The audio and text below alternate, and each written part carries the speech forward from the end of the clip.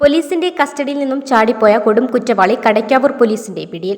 കൊടും കുറ്റവാളിയായ ചെറിയൻകീഴ് സ്വദേശിയായ സൈക്കോ ഷെബീർ എന്ന് വിളിക്കുന്ന ഷെബീറിനെയാണ് ബാംഗ്ലൂരിൽ നിന്നും കടയ്ക്കാവൂർ പോലീസ് അറസ്റ്റ് ചെയ്തത്. പോലീസ് കസ്റ്റഡിയിൽ നിന്നും ചാടിപ്പോകാൻ പ്രതിയെ സഹായിച്ചതും ഒളിവിൽ കഴിയാൻ സഹായിച്ചതുമായ ചിറയൻകീഴ് സ്വദേശിയായ പുട്ട് അമൽ എന്ന് വിളിക്കുന്ന അമലിനെയും പോലീസ് കസ്റ്റഡിയിലെടുത്തു.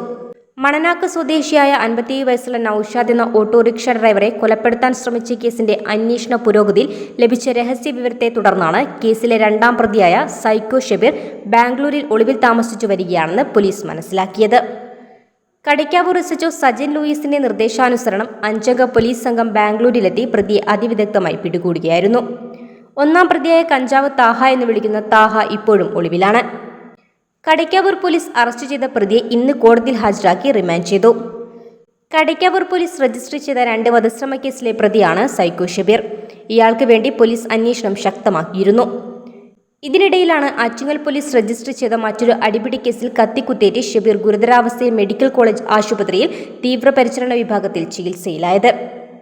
അപകടനില തരണം ചെയ്തതിനെ തുടർന്ന് ഷെബീറിനെ വാർഡിലേക്ക് മാറ്റുകയും കടയ്ക്കാവൂർ പോലീസ് പ്രതിയെ ആശുപത്രിയിൽ നിരീക്ഷണത്തിലാക്കുകയും പിന്നീട് ജുഡീഷ്യൽ കസ്റ്റഡിയിലുമാക്കുകയായിരുന്നു. ഇതിനിടയിലാണ് പോലീസുകാരെ വെട്ടിച്ച് ആശുപത്രിയിൽ നിന്നും കടന്നുകളഞ്ഞത്. ആ സമയം ഡ്യൂട്ടിയിലുണ്ടായിരുന്ന പോലീസ് ഉദ്യോഗസ്ഥരും ഇപ്പോൾ ബാംഗ്ലൂരിൽ നിന്നും പ്രതിയെ പിടികൂടാൻ ഒപ്പമുണ്ടായിരുന്നു.